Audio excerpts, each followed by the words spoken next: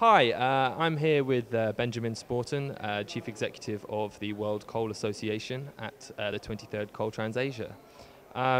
So perhaps, Ben, if you just would like to introduce yourself, your role, and what the World Coal Association does.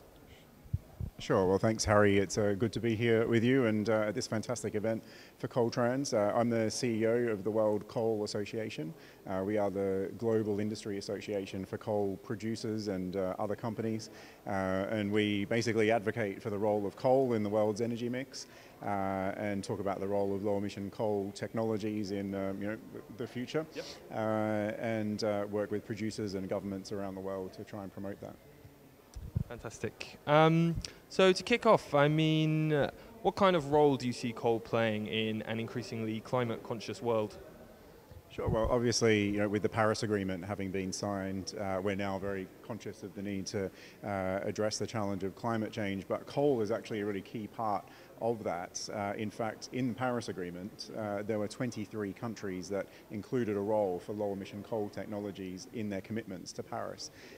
So, they're focused on low-emission technologies like the high-efficiency, low-emissions power generation, ultra-supercritical and supercritical plants, and even working longer term towards carbon capture and storage. So that's the sort of technology that at the World Coal Association we're very much focused on. The global energy mix is changing, renewables are growing, but coal is actually growing in absolute terms as well. So the International Energy Agency says that by 2040, power generation from coal will be about 11% higher than it is today. So it's still growing, decades into the future. Would you say then, on that basis, that economics or environment, which poses the biggest threat to the coal industry, in your opinion?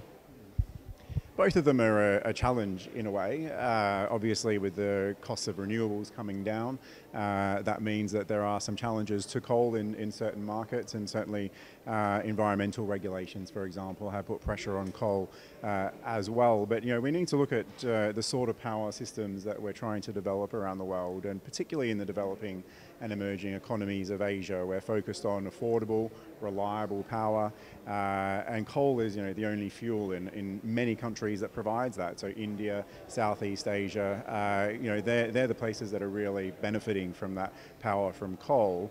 And I think that we just need to try and make sure that we're using the right technology to address some of those environmental challenges. And we've actually got a report coming out in a few days' time, which shows in Southeast Asia, we're in Bali today, that coal is actually one of the most cost-effective ways, using high-efficiency coal technology, to reduce CO2 emissions if you're using the most effective and efficient coal technology. So we think it's got an important role to play. And how do you see the market developing over the next year or so? What are the real drivers of the market at the moment?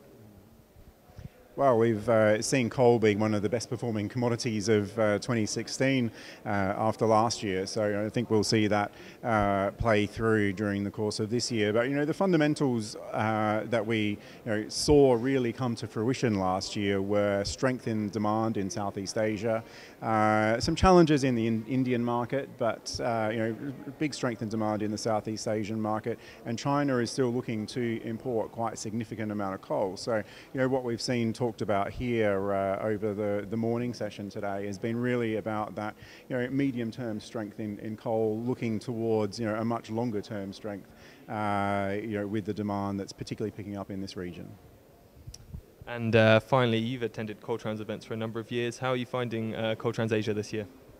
Well, it's a great opportunity to talk to producers and those working in the industry here, as well as those who are involved in coal trading, to really have a good networking opportunity, get to learn some more detail about what's happening in the various markets, and build some new relationships as well. So it's great to be here for that.